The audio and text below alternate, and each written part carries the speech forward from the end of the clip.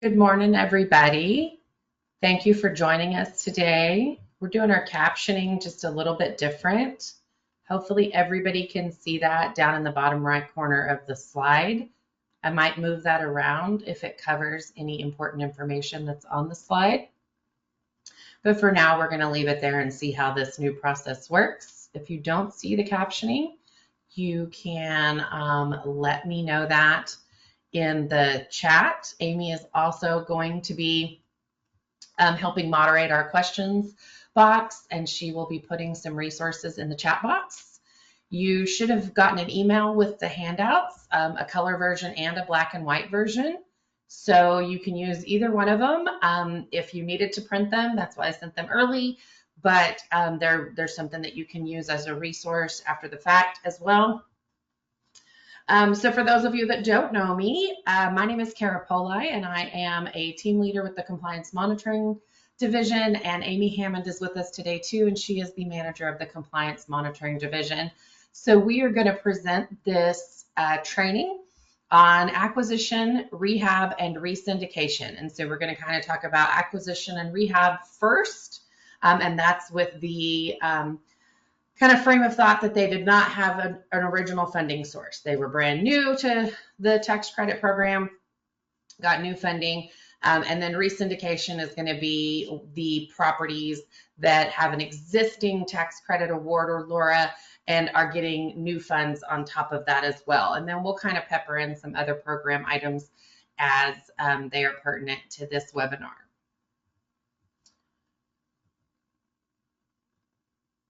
So as always, our contact information is listed here. If you ever need to mail us something, you would want to use that PO box. You would not want to mail it to our physical address. But if you want to come by and see where the magic happens, that is the physical address there on East 11th Street. And your slides are not moving. Oh, I paused the sharing. That's why. Thank you, Amy. Is it sharing now? Yes. Okay, thank you.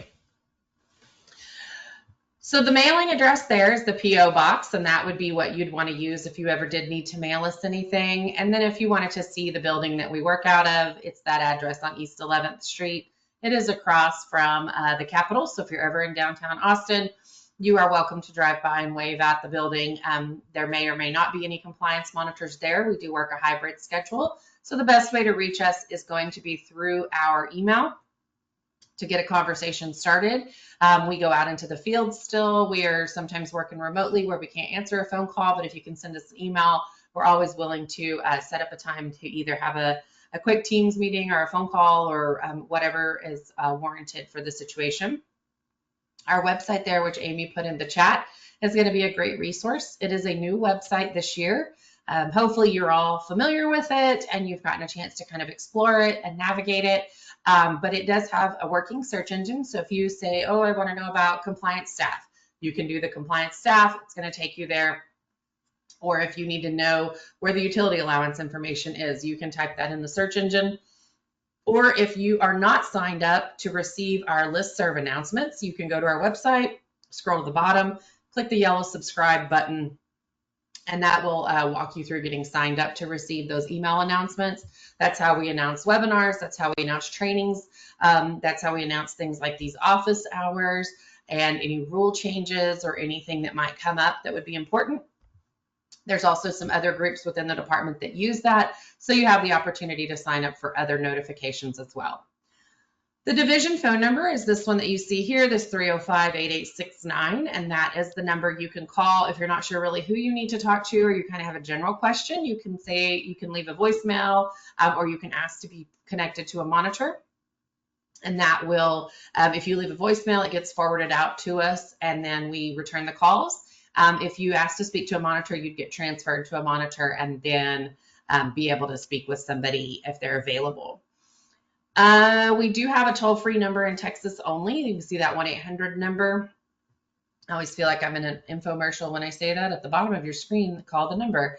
So if you kind of are not sure who you really need to talk to and you just want to call the department and leave a general mailbox message so that it can get forwarded out to the appropriate department, you would do that there. For today's training, we're going to run from 9 a.m. to 10 or 10:30, kind of depending on the amount of questions and how long the acquisition, rehab, and re-syndication topic takes. Then we will shift gears into the open forum office hours, and that will run until 11:30.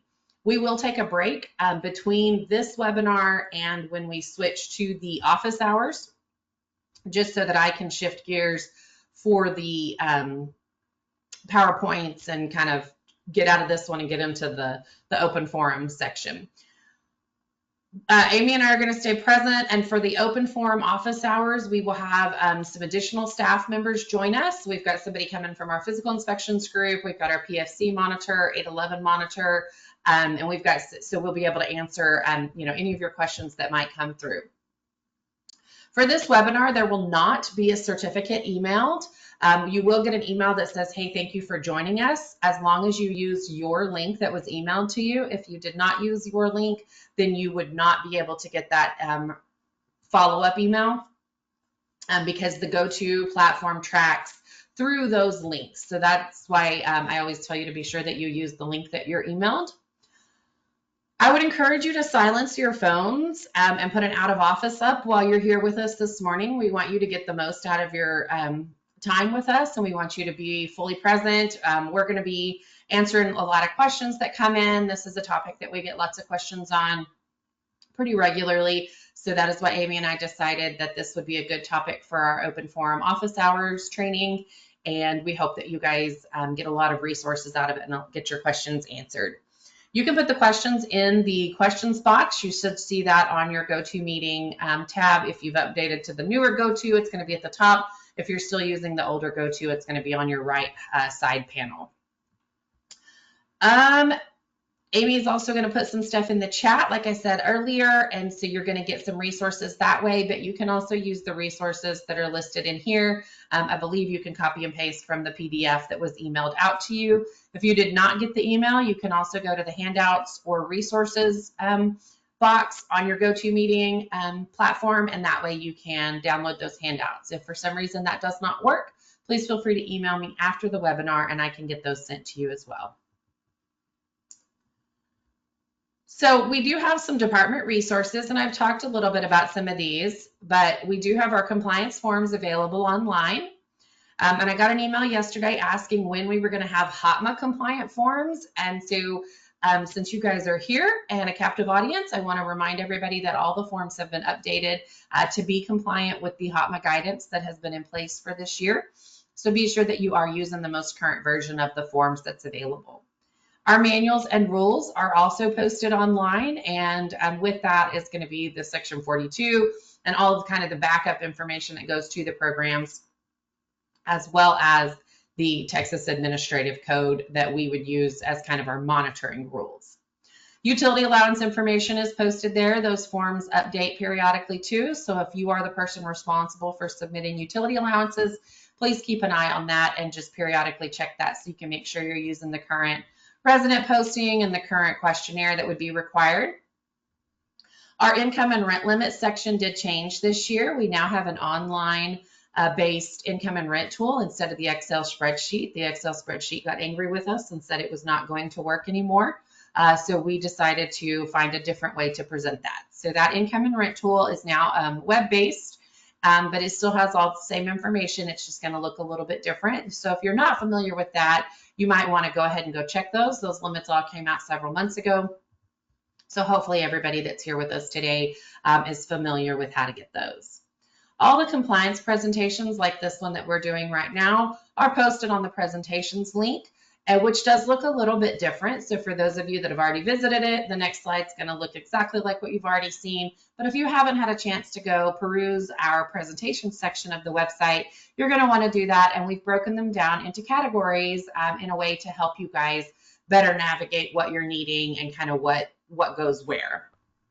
And then, as I mentioned previous, there is a compliance contact list that lists all of us with our phone number and our titles, and you can click our names. And if you have a computer-based email that will open up for us. Otherwise, you can copy and paste that email so that you can send us an email and get a conversation started or ask any questions. So the recorded presentation section, it used to just be one big long list, and we decided that wasn't very helpful for you guys. And so we broke that up into categories. So we've got compliance monitoring, CMTS and reporting, housing opportunity through modernization act, income and rent limits, income eligibility, miscellaneous, multifamily direct loan, utility allowances, and 811 PRA. And so there may be other categories added as things come to be, but these are kind of the main ones that we already had webinars based on. And you can see here under income eligibility, we've got our student eligibility, income determination training, assets and HOTMA training. And then under HOTMA, we've got some overlay there with the assets, since that was a big HOTMA piece that we get a lot of questions on. So you may find trainings in more than one place, but they are there and listed, hopefully in a way that makes sense as far as how to obtain those necessary resources for you guys. Amy, are there any questions or anything before we start in on the meat and potatoes of the acquisition rehab? Nope, we are good right now. Thank you. So for acquisition, rehab, and syndication, we put together this little chart that you can use as kind of a little cheat sheet. Acquisition and rehab is existing tenants, nobody's grandfathered in, new certifications are required, and you may have other programs but did not have existing tax credits. Re-syndication with an existing LURA means that you have to comply with both LURAs.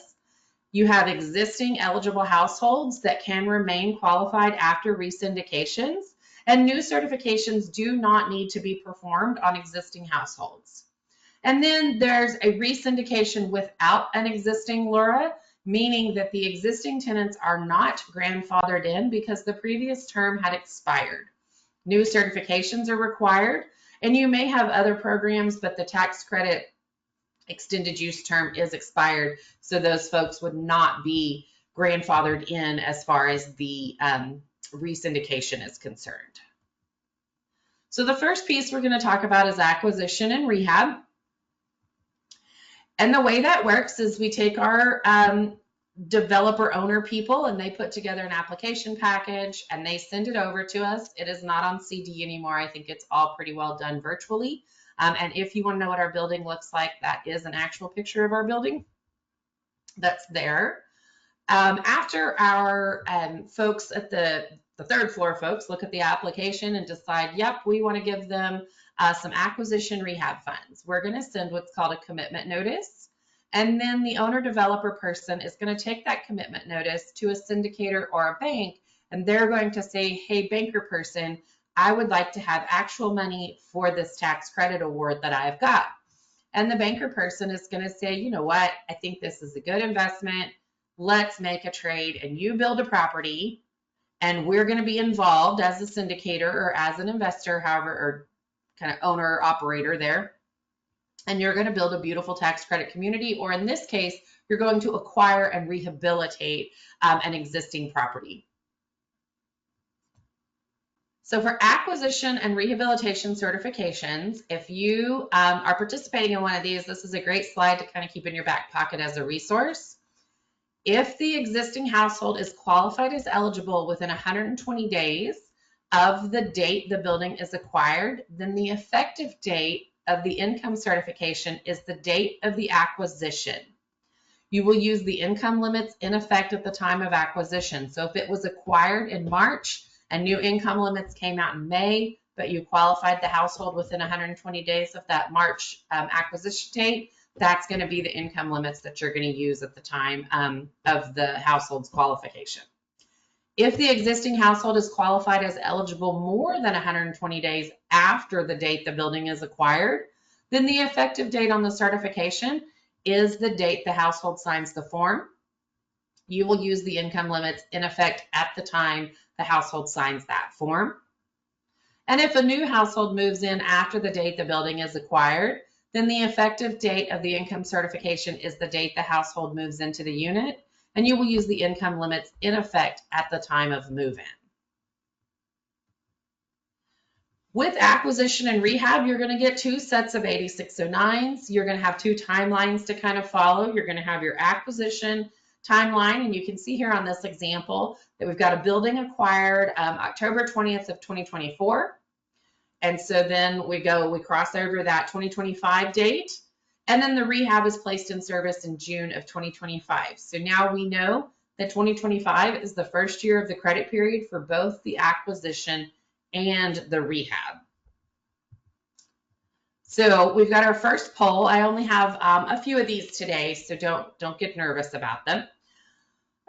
What is the effective date of an income certification if the existing household is qualified on November 15th? We've got the acquisition date of October 20th, and our 120 days ends February 17th. I'm going to launch this poll. Give you guys just a second.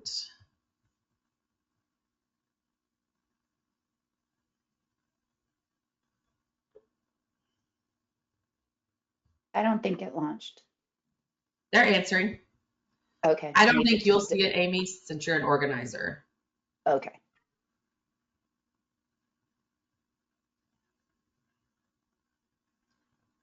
But we've got about 40-ish people that have answered so far.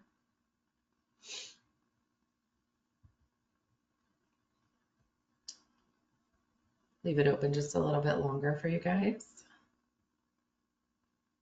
These polls are a great way for us to know if we're explaining it well, if it's making sense.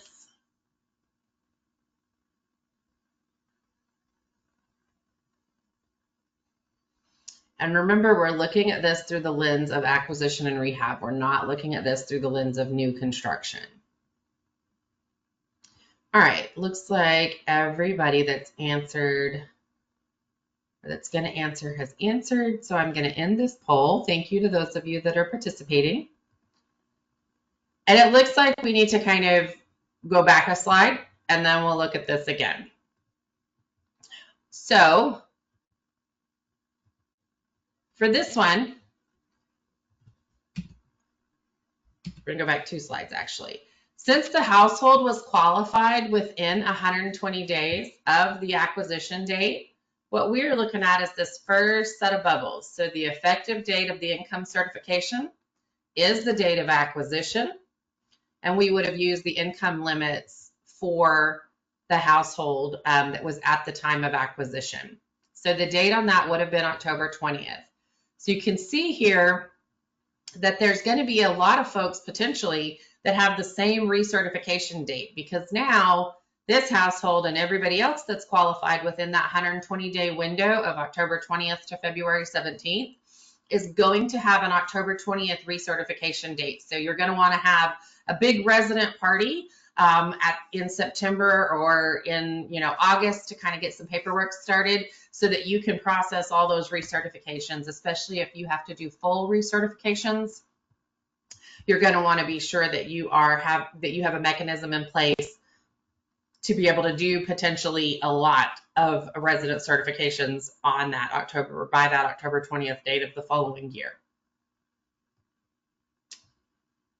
But what about a household where the effective date of the income certification of an existing household is February 18th? So we have October 20th to February 17th, and they came in a day after that 120-day window. So what is their effective date going to be?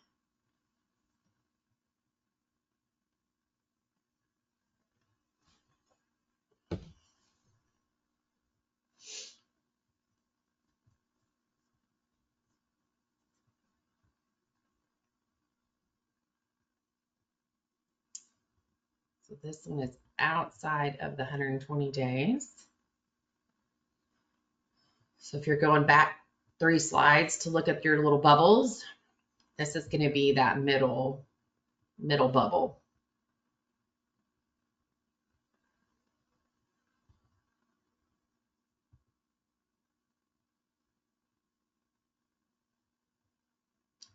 Leave it open just a little bit longer. Looks like we still have some folks answering.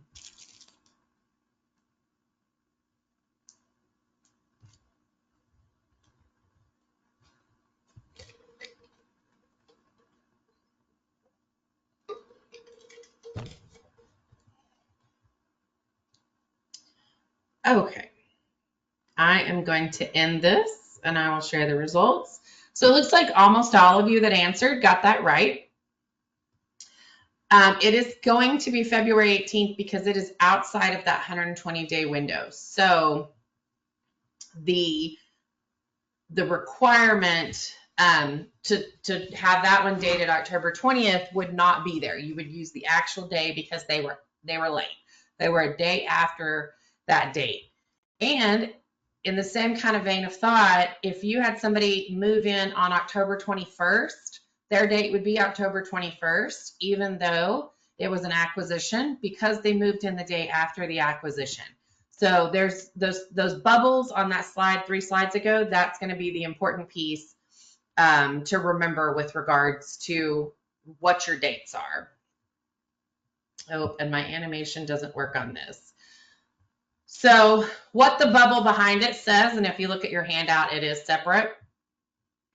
The owner or syndicator may have a different requirement, but there is no requirement. I can fix this real quick. My apologies on that.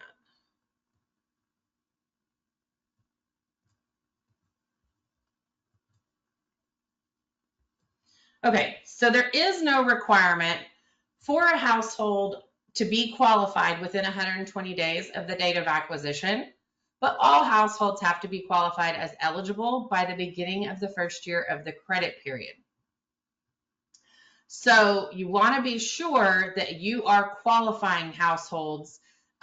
If you're not going to do it within 120 days, you've got to do it for that credit period requirement. So you want to be sure that you are qualifying folks, before that credit period starts. But a lot of owners or syndicators are going to have households be certified within 120 days because they don't want that uh-oh moment. They don't want to find out later that these folks were not actually eligible and have an issue that they have to correct with regards to noncompliance. So we want to be sure that you're following what your owners or syndicators are asking you to do as well. And if you send me an email and ask, hey, they're telling me I have to do this. I know in your training you said you didn't have to. I'm going to send you that first slide with the 3 scenarios, and then I'm also going to send you this slide as kind of a here's what can be done, here's what's not required, but here's why it might be required. Are there any questions or anything you want to add, Amy, before we go into some examples? Nope, we're good right now. Okay, thank you. So now we've got our little building. We've got our four unit building. We've got our building acquisition date of November 22nd, 2023. Credit period began January 1st, 2024. And 120 days from November 22nd, 2023 is March 21st, 2024. So for unit 101, it was vacant. They moved in April 1st. What is their effective date going to be? Well, they moved in after the 120 days and they moved in after the acquisition date. So it's going to be April 1st. 102 was an occupied unit that was certified on January 27th, 2024, which is within our 120 days. So the effective date is going to be November 22nd, 2023. Unit 103 is occupied, but on March 20th, 2024, we were able to certify them as an ineligible household. So they are not going to be considered an eligible household at the time of acquisition. And the first year of the credit period, the unit is not eligible for credits when it is occupied until it is occupied with an eligible household. So we are going to, and probably have been during that whole 120 days, continually contact that household and say, did your job change? Are you eligible now? Did you, has your household changed? Has anything changed? And we're going to continually try to qualify that household as an eligible household in an effort to claim, the tax credits on this acquisition rehab funding. 104 was occupied and certified March 15th, 2024. So their effective date is going to be November 22nd, 2023. So for 102 and 104, Next year or this year, we're going to certify them on or within 120 days of November 22nd. 101, we're not going to certify them until April 1st, 2025. 103, we've probably continually been working with them. Hopefully at some point they became eligible. Or if they didn't, we were able to put them in a market unit or something to that effect. Every property is different. So if you have a scenario like this and you want to discuss it with the monitor, we are going to need to know property specific information before we can really give you a full answer, so that we can look at the actual makeup of the property. So now we've got our recertification dates. So we're at 1 year later. This is 100% low income, so we're just doing annual data collection. Except for on that ineligible household. We're going to keep doing full recertifications for that one. So for 101, like I said, we're going to do April 1st, 2025. 102, we're going to do it within 120 days of November 22nd, which is today. And 104, we're going to do that one within 120 days of November 22nd as well.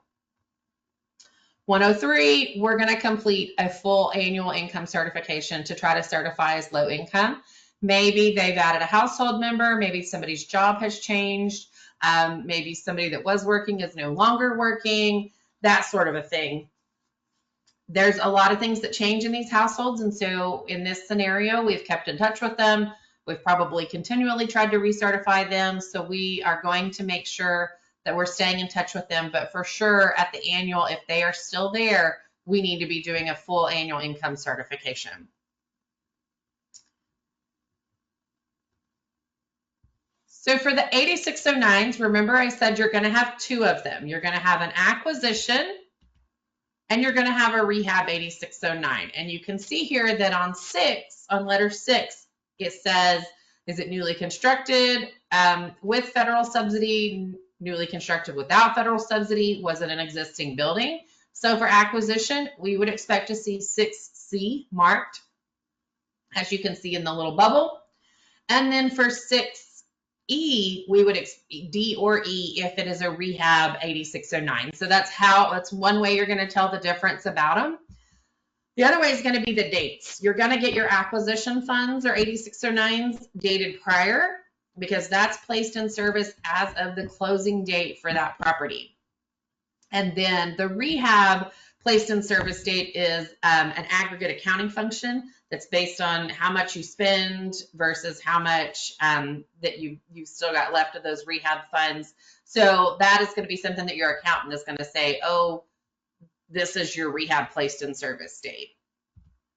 Kara, and before we keep going, because I know you're going to get into what those dates mean here in a second, can you go back to the example with the ineligible household? Someone asked a question if they could issue a notice to vacate for 103.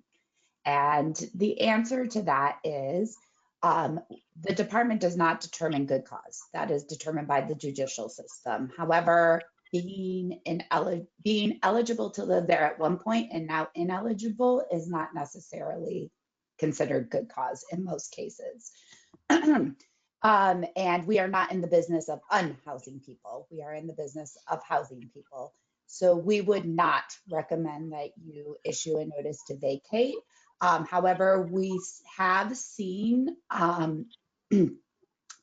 very creative ways from owners, syndicators, management of incentivizing the household. If you're getting to the first year of your credit period cutoff deadline and you need to have this household qualified, of incentivizing them to move to a sister property or a market unit or making other accommodations. So, and when you do move an eligible person in, you will be able to, or when they become eligible, you will be able to claim credits on that unit eventually.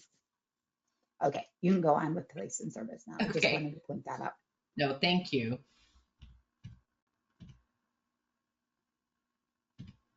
So at the top of the 8609s, you can see we've got one for each bin, but we know because of these circled items that one of them is for the acquisition funds and one of them is for the rehab funds, so that we can tell which is which.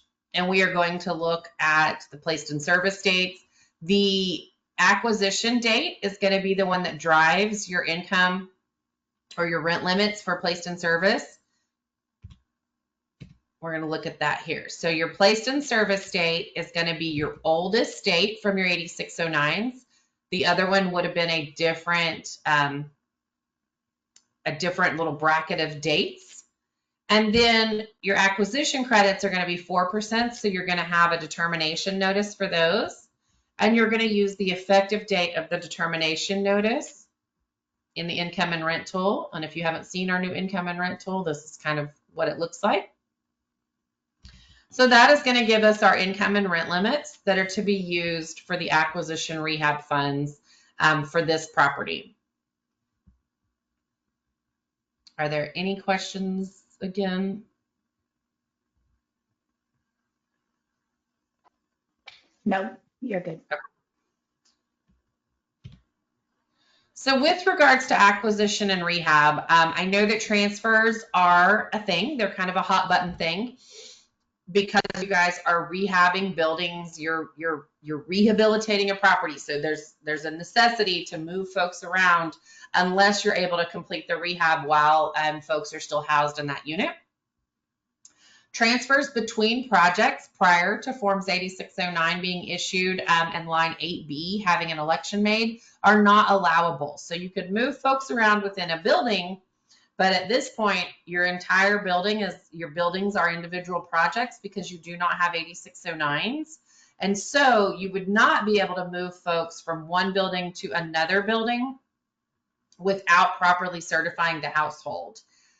They would need to be moved out of Project A and moved into Project B, and that would reset their certification effective dates and their recertification requirement dates. So you would not just have a transfer, you would have a new household qualifying. Maybe you did certify them within the 120 days for the one unit, but now it's time to rehab that building and you need to move them into a building that's already had the rehab completed. Now you've got to certify them for that new unit. With regards to the unit status report, the unit status report is something that's got to be maintained for all developments. As soon as you start housing folks, you've got to have your units set up and your buildings set up, and you've got to be able to indicate, when people moved in, what are their designations, who's in the household, the demographic information, that sort of a thing.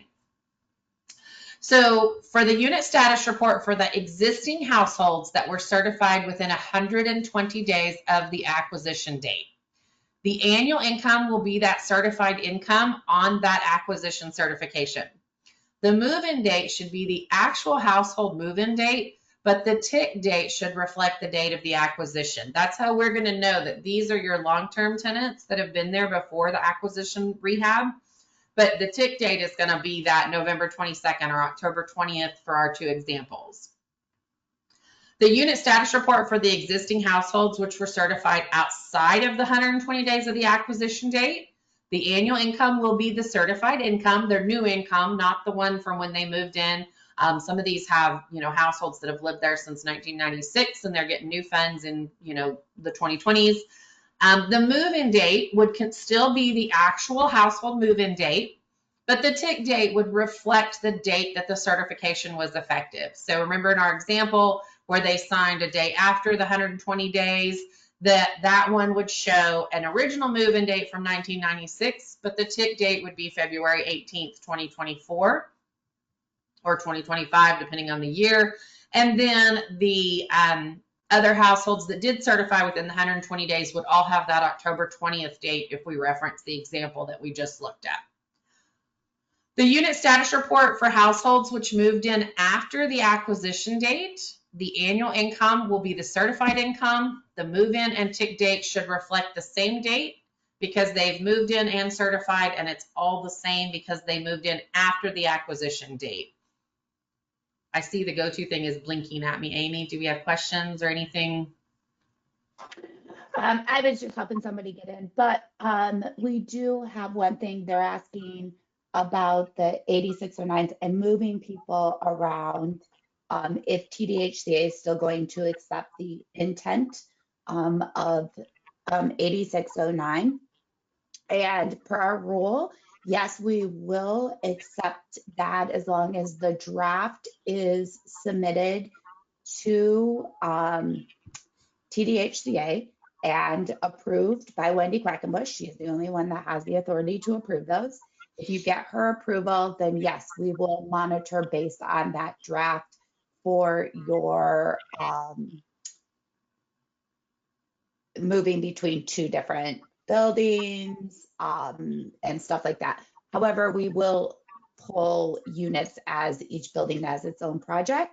And remember, if we come out and monitor to that draft and then you do not submit what is on that draft on your 8609s, which has happened to us now 3 times. And if it happens again, we're probably going to have to pull this out of our rule. We're not going to be able to allow it anymore. But if that happens, then we're going to have to go back and either remonitor you at the owner's expense, or we're going to go back and issue non-compliance based on those transfers that we saw. We are making notes of that when we monitor, just so you guys know. So please, it is very important that if they send the intent, that is what they put on their 8609s. And that is it for right now. There's a couple others, but I will catch up on them. Okay. So what that's going to look like, our example's on the next slide. So just to note, the households that are certified within 120 days of the acquisition date are all going to have the recertification date. It is no longer going to follow that original move-in date from before the acquisition. A lot of times we see these with a property that is layered with a rural development fund or a project-based Section 8 fund, or maybe even a bond fund, or has home funds, something similar. So you are now going to have 2 different certification dates to follow. You're going to have your one for your existing funding that was at that property before the acquisition and rehab funds were granted. And that's probably going to be based on that original 1996 move-in date. Then you're going to have the acquisition and rehab date that you're going to have to conduct annual certifications about, or annual data collection using with the for the housing tax credit program. So you're going to want to be sure that you are tracking that in your system, and that you are not necessarily just doing them based on that original move-in date. And that does get to be a little cumbersome for staff on site. So for those of you that are in the compliance or the ownership role, you may want to really brainstorm some ways to kind of help your staff mitigate those challenges that might come with that. And then, like we've kind of mentioned, households that move around to facilitate the rehabilitation of the development, the certification date is going to follow the move into the new unit, and all certifications will be conducted according to the new date, unless the move is within the same project, in which case the date does not change, the units just swap status. So kind of same story. Amy talked about the intent form. If we have that and your owner is saying, hey, I intend to group these all as one project so transfers can happen throughout, then we're going to monitor that way. But if the owner does not intend to group them as a project, or no intent form is submitted and approved, then we're going to assume, or we're going to monitor with the kind of the lens that everything is its own project. And if a household moves from one building to another building, or one bin to another bin, it is going to have a full certification done. So for those of you that every bin or every building is its own bin, that's going to be, everybody's going to have to certify every time they move. And this may also affect your other programs. So if you're layered with a rural development program, for instance, those are going to continue to follow that original move-in date, as I understand it, for certification purposes, even though you've moved the household to a new unit for your housing tax credit, acquisition, rehab funds. Now you've still got a date for RD and a date for the housing tax credit program that have to be done, for the same household at 2 different times. So transparency and communication with your households is going to be imperative. because they are going to then call us and say, hey, we just did all this for our RD funds, but now they're telling us they have to have it all again for you guys. And so be sure that you're explaining that to your households, that you've got dual funding sources, and there may be some additional things required as a consequence or as a cause and effect of that dual funding source. So the way the unit status report is going to look, we just pulled a random one from a property. We've got 4 units here. You can see that the move-in dates are all sporadic, and that the TIC dates, 3 of them are the same and 1 of them is different. So this is a building that was acquired November 21st, 2023. Credit period began in 24, and the 120 days from November 22nd is March 21st. So for that 101, their original move-in date was April 1st, 2016. We certified them within 120 days, so their TIC date is 11/22/23. 102, their original move-in date was November 10th, 2021. We recertified them within that 120 days. So now their recertification date is 11/22/2023. 103, they moved in after the acquisition date on 4/18. So now their move-in date and their TIC date match. 104, their move-in date was 9/8/2023. They recertified within the 120 days. So now they're at 11/22/2023. So you can see there we've got 3. We're looking at this, if we're looking at this from a monitoring perspective, we can tell that there are 3 units that were existing households, and then there's 1 new move-in in this building. So when we come out to monitor this building, we're going to look at those 3 units, whatever ends up in our sample size. We're not going to look at anything before that 11/22/2023 certification effective. We're going to look at what goes with that. Because this property was not a re-syndication, they were not grandfathered in, so their eligibility prior to that acquisition date does not have any bearing on the acquisition and rehab requirements for this property. For 103, we're going to pull that. It's going to be a regular old move-in file. We're not going to have to turn on our acquisition brain quite as much for that one. Are there any questions or anything you want to add for acquisition rehab, Amy, before we switch into re-syndication? Yeah, I just want, there was someone came and asked a question about rehab in post 15. That is re-syndication. If you're under a current land use restriction agreement, it is not an acquisition rehab. It is called re-syndication. You are getting new funding on an existing tax credit property. Everything Kara is talking about is you may have a development, maybe it has RAD, maybe it has RD, maybe it was a market, maybe it had home funds, maybe it had bond funds, but it never had tax credits. That is called an acquisition rehab. So they're 2 different things. Next, we'll talk about re-syndication. And so that's more where the question about if there's a rehab in a post 15 and transfers and all that. So Kara's going to talk about that next. Yes. We have. I'm just looking. We got a couple coming in, so.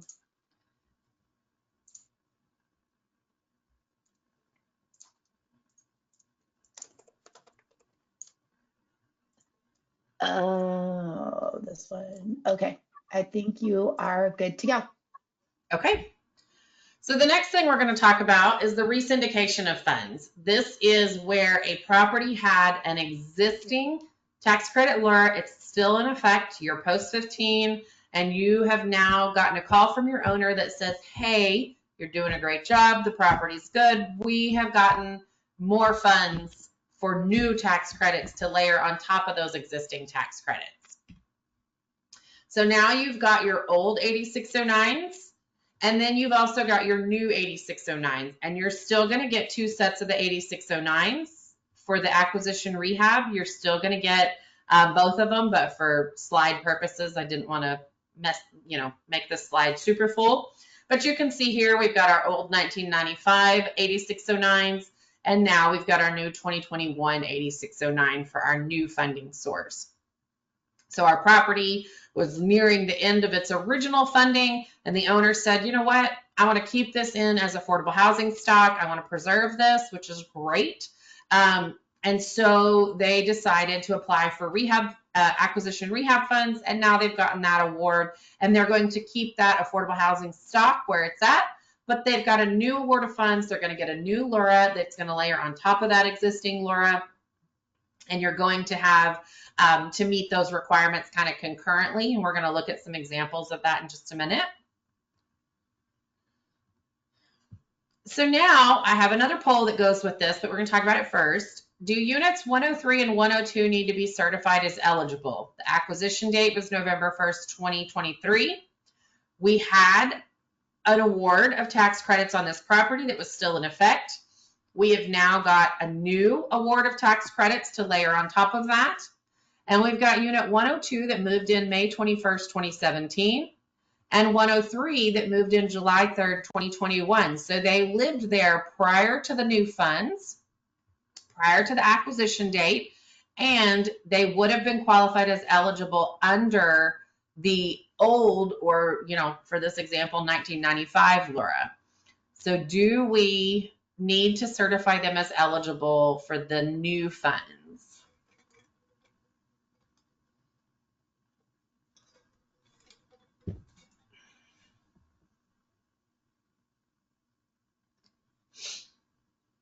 Kind of neck and neck here on the poll.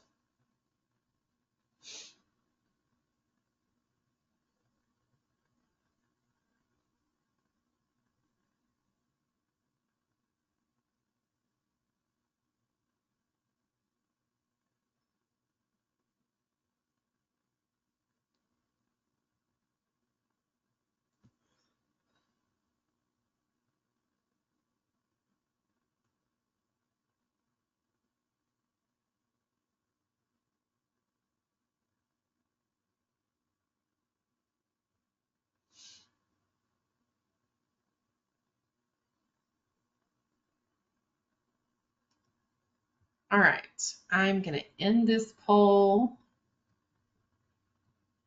So it looks like a lot of you work for companies that are requiring this. That is my guess as to why so many of you answered yes. But the answer is no. They do not have to be certified as eligible for the new funding because they were certified under that existing LURA, an existing tax credit funding source. Now, say you had only tax credits, and now your owner said, hey, we've got tax credit and bond. For bond, they would have to be certified as eligible because they've not ever been certified under that program. That's not a re-syndication. That's an award of new funds on a property. So for this one, the LURA was in effect. The households were properly qualified as eligible households. So we would not have to qualify these households within the 120-day mark. Now, if we wanted to look at that and we wanted to be extra double sure, and we looked at the old one and we said, you know what, that's good, but we would just want to double check. You could, but if you're qualifying under current circumstances, you're resetting that certification and you're saying, hey, we didn't trust what was done before. And now we want to be sure they're qualified currently, and that's going to reset some of those recertification dates and requirements. All households would need to be screened for current student status, especially because you've gone post-15.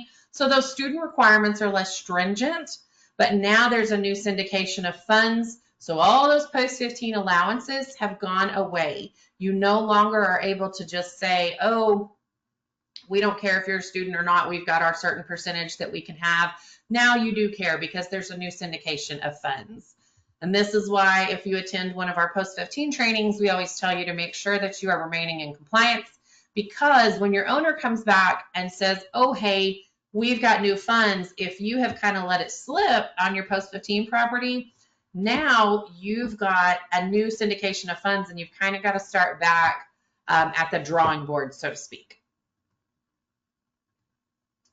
So what about our annual recertification? What date is the annual recertification going to follow? I'm going to launch this poll. Is it going to be the anniversary date of that original move-in? Is it going to be our re-syndication date, or is it going to be the tenant's birthday?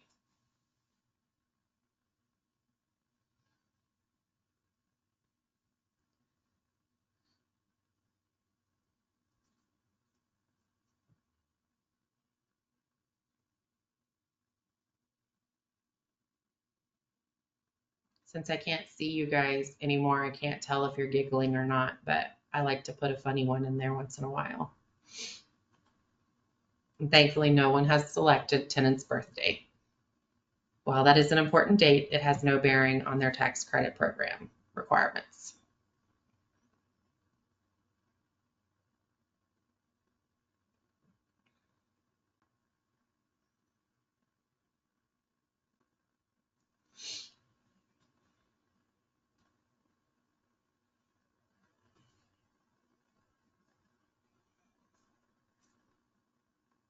All right, I'm going to end this poll. It looks like everybody that's answered has answered. So it looks like most of you agree this is the anniversary date and not the re-syndication date, but some of you do feel like this should be the re-syndication date. The annual recertification requirements still apply, and they are due by the anniversary date of the original move into the project because these households are grandfathered in. So their original move-in date still matters because they were qualified as eligible, and they were eligible under the housing tax credit program that you've now gotten new funds on top of. So those didn't go away. Those allowances didn't go away. So for 101 that moved in February 6, 2024, recertification is going to be February 6, 2025. For unit 102 that moved in May 21st, 2017, we're still going to continue to recertify that household for a May 21st date. Same thing with 103. We are going to recertify them as of July 3rd. For 104 that moved in after our acquisition date, that's all good and fine because there was already tax credits. We're still going to continue to follow the same process and annualize and recertify them annually based on their move-in date. So even though they were within the 120 days of that acquisition date, we're still going to do the annual recertification date. Are there any questions or anything you want to add on this, Amy, before we keep going? Yeah, we get this question a lot, and it's if the owner opts to certify grandfathered households on a recertification out of abundance, would the owner have the option of either date? So it's basically saying Kara lived there, moved in 2018, and we got a new allocation of credits in 2022. And up until 2022, Kara had just been doing annual data collection because I was post 15. So I have no idea if Kara qualified. She qualified when she moved in 2018. And if that qualifying paperwork is a substantial file, there's really no need to qualify her again. But if the owner or syndicator wanted to, and they decided to qualify her again, and she no longer qualifies with her 2022 income or 2024, wherever we get this re-syndication, can I still use that 2018 date because she's now over income? Technically, yes. What I'm going to tell you though is that file better be very, very clean and not have a bunch of 22 paperwork, 24 paperwork, 18 paperwork, because when the monitor comes out, we have to understand what you are doing and what is being done. So what I would say from a TDHCA monitoring perspective is if that is what you're going to do, and you do this certification because your owner syndicator wants this management company wants to certify everybody for the new allocation. It's not necessary. I would not do it. I would highly advise not to do it. If you have a solid file, I would look at that file, and if that file is solid, all the verifications are there, application is dated right, all the lease documentation, everything in that file, that's a solid file that shows Kara was eligible in 2018 when she moved in. I would not do it. But if they're going to make you do it, I would either put that 2022 certification in an envelope nowhere near that freaking tenant file at all, because we're going to see it. If it's in the tenant file, we're going to see it and we're going to look at it, right? If it's not in the tenant file, then we're going to go with that 2018 because that is what the owner is allowed to use. Now, the reverse. In 2018, Kara moves in. She does not have a solid file. You're looking at it, looks like there's some missing verifications. They didn't get all the bank stuff. Something doesn't look right. So you're going to certify her in 2022 or 2022, 2024 when you get the re-syndication, and she still qualifies. I would remove, again, take that 2018 file, put it in a folder, remove it from the compliance file, keep it in her additional file, put it in a folder, put it in an envelope, something, write on it, do not use, put a piece of paper on it, staple it together, something that says, do not use this. And this 2022 is her certification for the recertification. Because when you're doing that, under the re-syndication, what you're telling TDHCA and essentially the IRS, because you're going to report an effective date of this tenant is 2022, that you didn't have a qualified person in there. And really, you want to say, I did have a qualified person in there under the old syndication, under the old LURA. So just things to think about. But yes, I would make sure that file is not messy in any way, shape, or form. You have to be super careful of that because if it's in the file, we are looking at it. So we actually had a monitor run into a scenario exactly like this this week during monitoring reviews. The house, the property got new funds. They were re-syndication, and back in 2021 or 2019, I think it actually was, the household was eligible. They were qualified. They were eligible. The file was clean. It had what it needed. There was no question. But now for the re-syndication, which I think was 2022, the household's over the 140% limit and no longer an eligible low-income household. Well, that was all in the file. So the monitor's concern was, do I cite this as non-compliance because they are not eligible, and this owner having that in the file is telling me that that's the certification that they were using? Or do I revert back and say, hey, it was a re-syndication of funds, they were eligible in 2019, the owner elected to do this in 2022 and really shouldn't have kept it in the file, that sort of thing. So this can have an adverse effect if you don't follow Amy's guidance and really keep that file clean, where we can tell, what is the eligibility paperwork? What was used to tell us how they qualified for the tax credit or how they qualified that unit? Yeah. We have a couple other questions. This one is really good one. Just to clarify, the property is post 15 and had no bonds. They were allowed a certain percentage of students without meeting one of the exceptions. After the year 15, anybody who's done post 15 training knows that TDHCA relaxes the student requirement, not completely, but we relaxed how we monitor it just a little bit. Now, with the new re-syndication, the applicant will now have to meet one of those exceptions, and that is correct. You are now under full Section 42 requirements. So yes, you would have an ineligible student household if they did not meet one of those exceptions. So be thinking about that when you are post 15 and if there's going to be re-syndication and what you're doing with that. But yes, you would have an ineligible household. But yeah, so you need to really be thinking about that. And then the other question we have is, what if the development is required to perform full recertifications every year? And at the time of acquisition, the household status is OI. Were they qualified when they first moved in?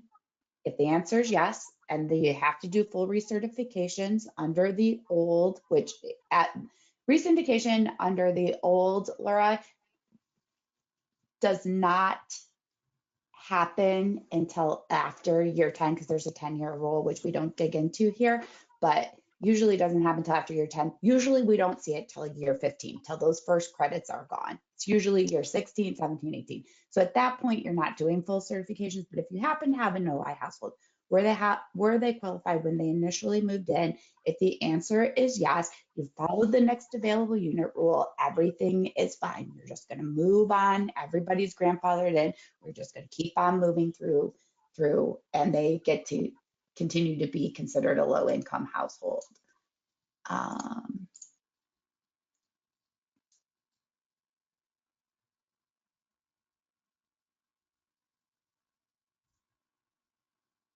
Yes, that's a true.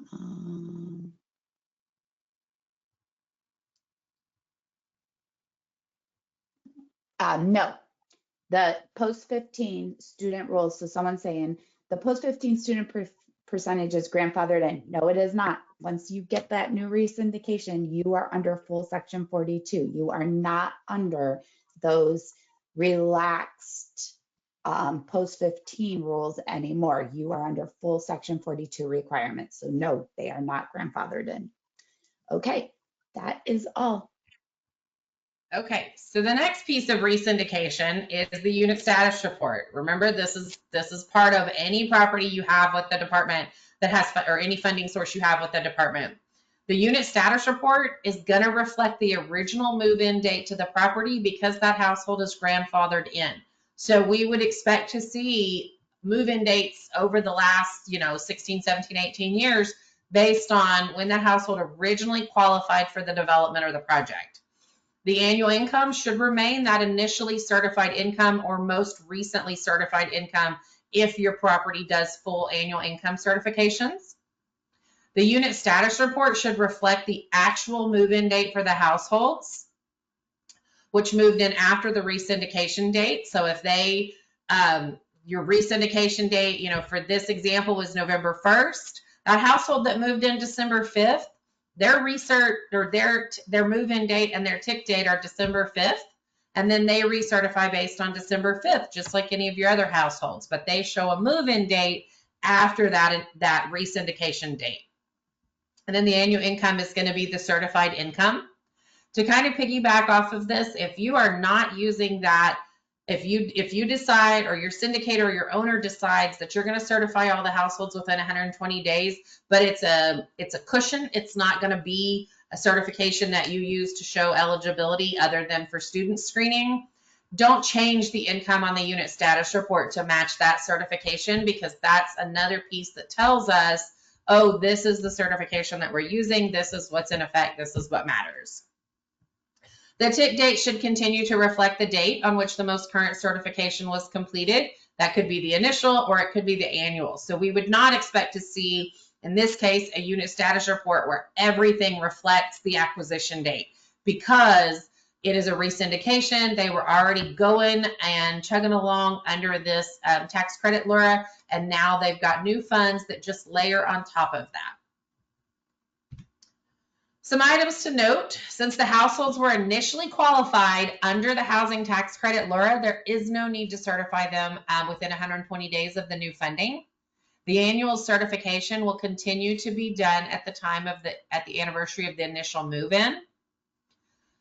And additionally, when households move around to facilitate the rehab of the development, the certification date is going to follow the move into the new unit, and all recertifications will be conducted under that new date, unless the move is within the same project, in which case the unit does not change, or the designation doesn't change, they just swap status. So remember, you don't have 8609s yet on that re-syndication of funds. And while, yes, we understand that you had a tax credit award, we don't know that the owner is going to elect to do the same, building mechanism or project combination that they did for that first one. So if we don't have that signed intent form that's approved by Wendy Quackenbush, we are not going to say, oh, they were one project under their old funding, they're going to continue to be one project, people can move however they want to. We're not going to do that. We're going to say, oh, that old funding source was, the 8609s are kind of defunct. They were post 15. We were monitoring it as one project. Now there's a new funding. We are monitoring this as individual building or individual bin projects. And households that are moving around, we would expect to see a full new certification, which is going to change that move-in date on the unit status report. It's going to change that income and that tick date. So that's something to be cognizant of. When households vacate the property to facilitate the rehab, the unit status report needs to reflect the move out date. You don't just hold that unit for the household. They move out, they move back in, they need to qualify when they move back in. They need to be properly certified as low income, and now they're going to have to qualify under current limits. They're not grandfathered in because they left. They moved off the property. So let's look at a unit status report with re-syndication. We can see here we've got 101, originally moved in 4/1/2016. Their tick date is 4/1/2024. 102, moved in November 10th in 2021. Their tick date is now November 10th, 2024. 103, moved in April 18th, 2024. Their tick date is April 18th, 2024 because they haven't recertified yet. 104, they moved in 9/8/2023. They recertified 9/8/2024. Even though this was a re-syndication or an acquisition rehab with a property that has new funds or has existing funds, the existing LURA was still in place at the time of acquisition. Now, say that LURA expired 12/31/2022 and the re-syndication didn't happen until November 1st, 2023. You're treating this as an acquisition rehab. You don't have grandfathered in households. So keep that in your mind. If the term had expired, and I know I've seen that once or twice over the last couple of years, so I know that is a thing that does happen, make sure that you are treating these correctly and with regards to whether or not it's an acquisition rehab or it's a re-syndication. Are there any questions before we look at and compare the LURAs? Nothing right now. Okay. So we've got our two LURAs. We've got our old land use restriction agreement that's still in place and the new land use restriction agreement that's now also in place. They have to be managed concurrently. And in some cases, they do align. Some cases, the original LURA had all 60% and the new LURA, the new funding is all 60%. But in this case, the old LURA had all units at 60%, and the new LURA has half the units at 50% and the other half at 60%. So when we monitor this property, we are going to expect to see that 78 units are 50% designated and 78 units are 60% designated because that is more restrictive than that older LURA.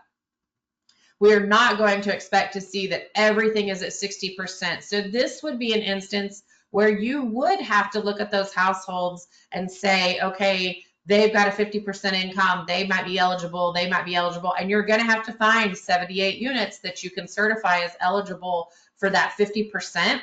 And you're going to want to document your file correctly to say, hey, they were eligible under the original LURA, so they are grandfathered in, but our new LURA had more restrictive designation requirements, so we had to identify them as 50%.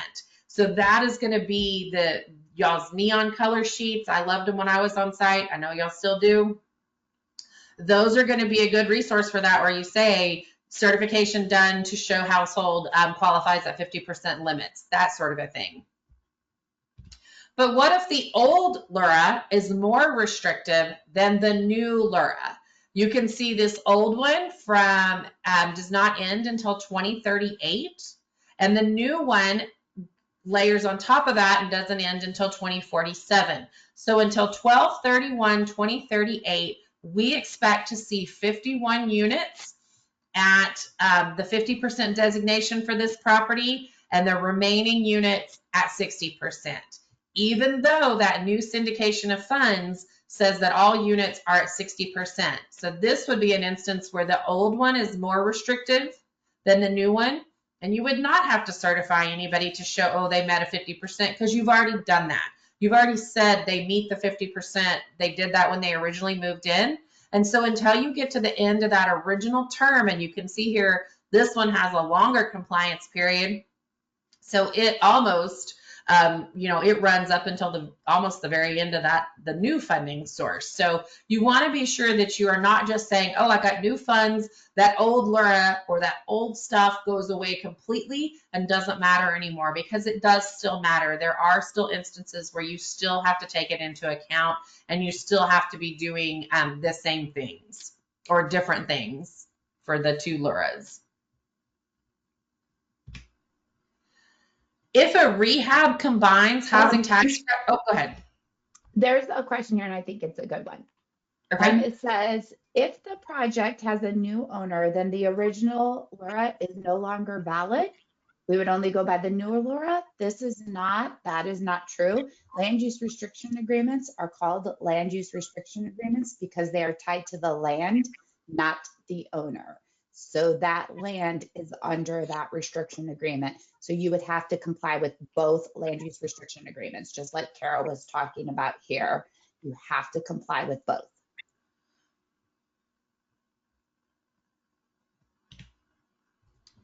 So if the rehab, thank you, Amy. If the rehab combines housing tax credits with any other federal funds, you're going to need to be sure that the Uniform Relocation Act is followed to ensure compliance. And if you have that, we can talk about that a little bit separately offline.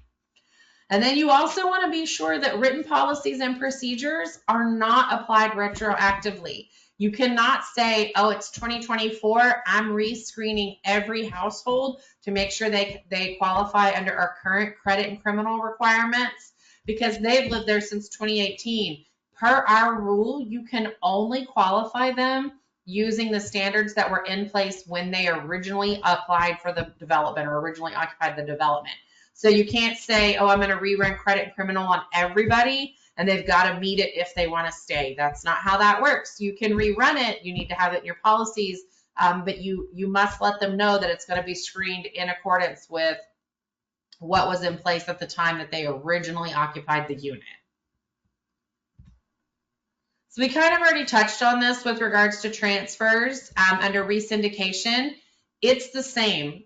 They don't have 8609s for the new funds, and the old 8609s were outside of the 15-year federal compliance period, so we were monitoring that a little bit differently.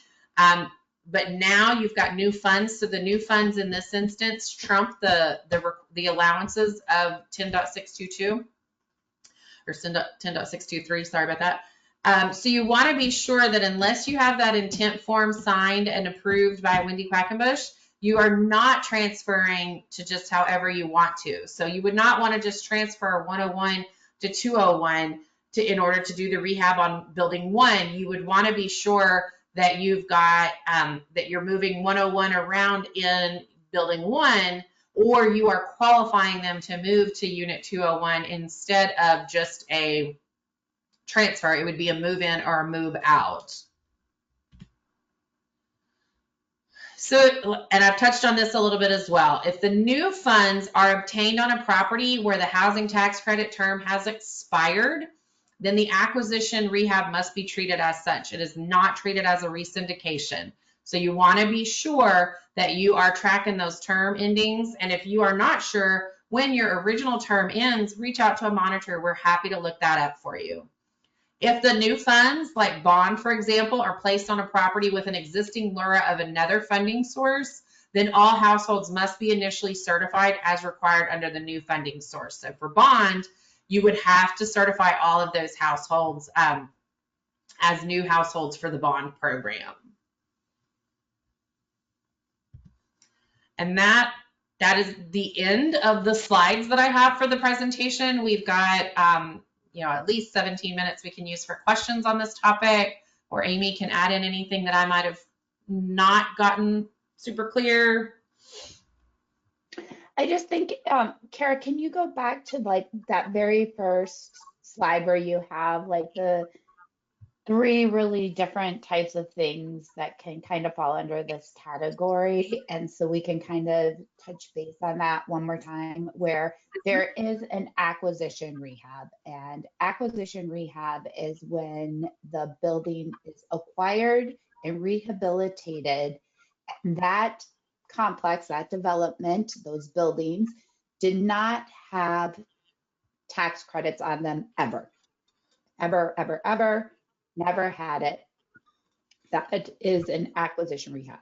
Or if they had tax credits and they have reached the end of their extended use agreement. So they have reached the end. So if the extended use agreement was 30 years and they are in year 32, this is now an acquisition rehab because they have not been under a land use restriction agreement for 2 years now.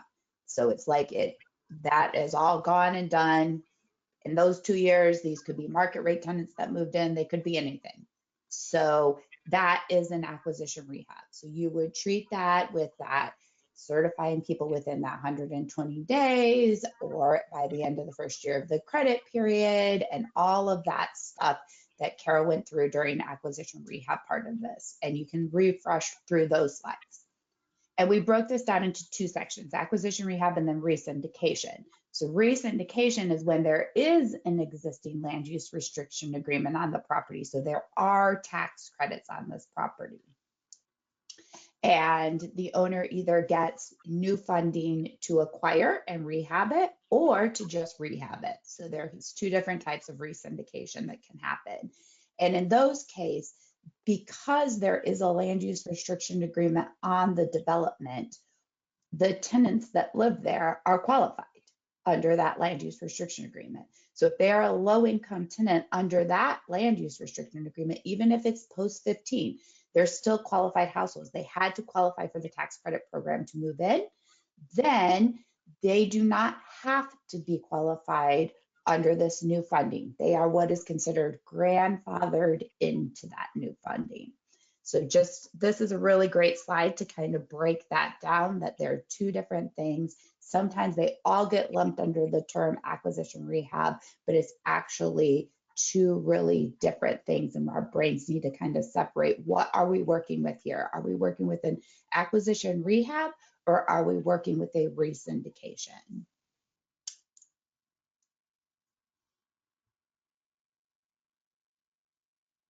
Looks like we did have a question come in. Yeah, it says, if the new land use restriction agreement is more restrictive than the old, and there are no other qualifying units in the property to move the existing tenant into, then the owner may not renew the lease even if the tenant is in good standing.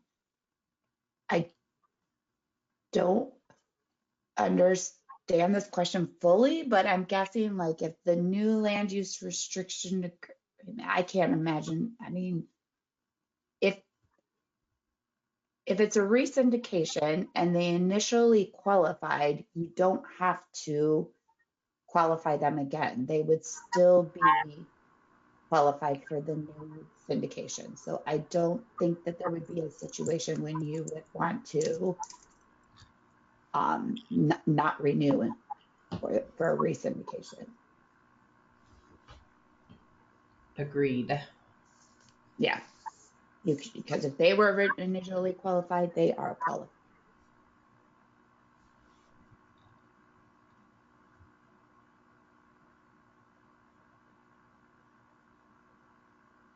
So they're saying that probably means the old land use restriction was 100% at 60%, and perhaps the new one says 30, 50s, and 60s. Well, then count this person as a 60. If they originally qualified as a 60, count this person as a 60.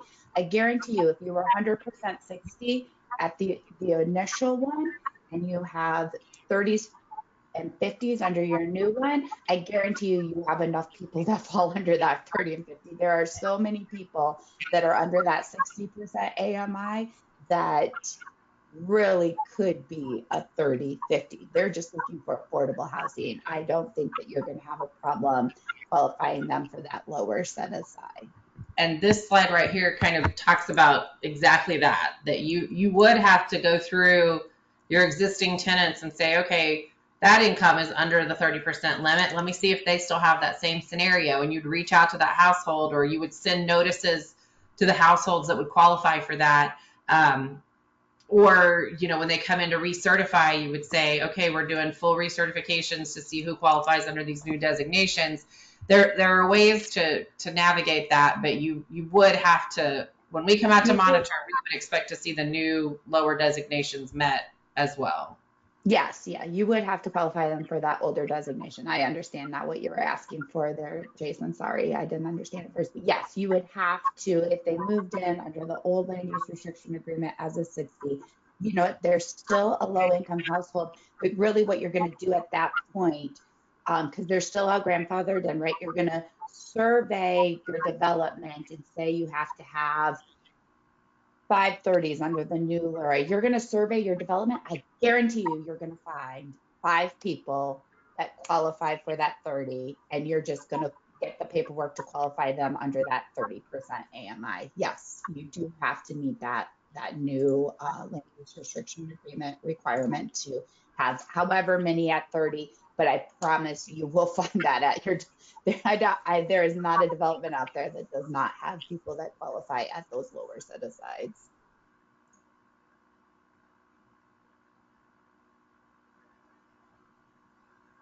Yes, that you will have to qualify that. So they are still grandfathered in. It's kind of tricky. They are grandfathered in as a low income tenant. We're not going to ask them to leave. We're not going to ask them to vacate.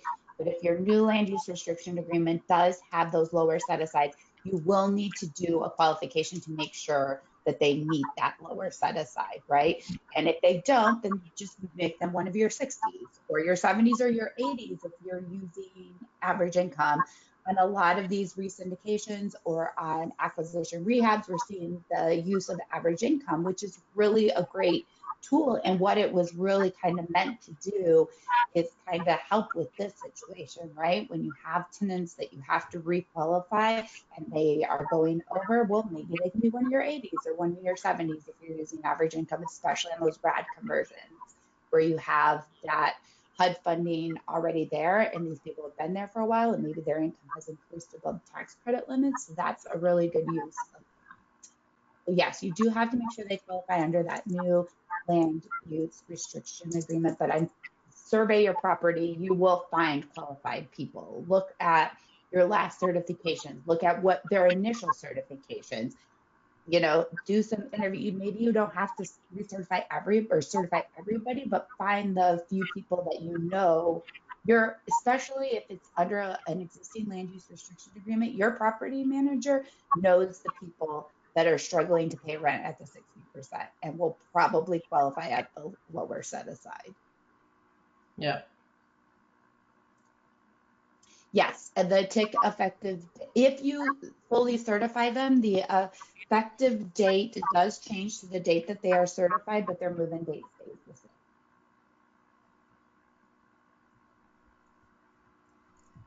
same. And Kara's got those USR slides, which will help you with move-in dates. So.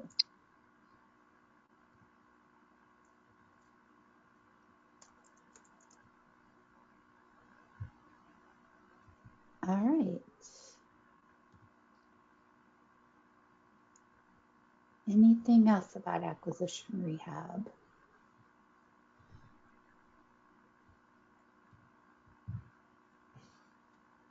Or re-syndication?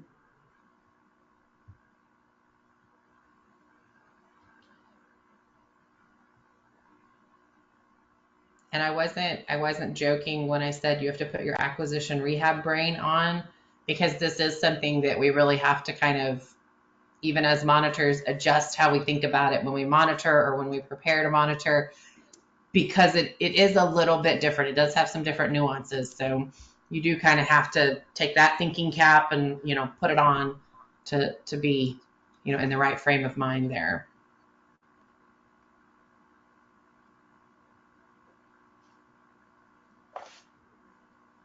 I am not seeing any other questions or anything come in.